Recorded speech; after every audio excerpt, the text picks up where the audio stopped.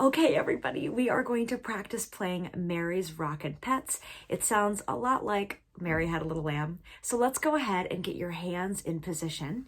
You're going to take your fingers 2, 3, and 4, okay, wiggle those, and you're going to find the C, D, and E with both hands. C, D, and E come underneath the set of 2 black notes. Okay, so you're going to have C, D, and E. You're going to put them in position and you're going to pretend like we put super glue on them. Are you ready? Let's start with our E. Here we go. E, D, C, D, E, E, E. Good. Hold that for 2. D, D. 1, 2. E, E. 1, 2. Right hand. E, D, C, D. Good. E, E. 1, 2.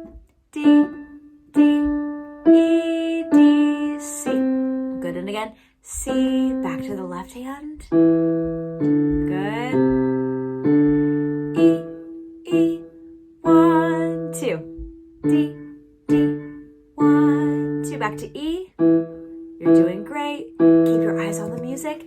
E,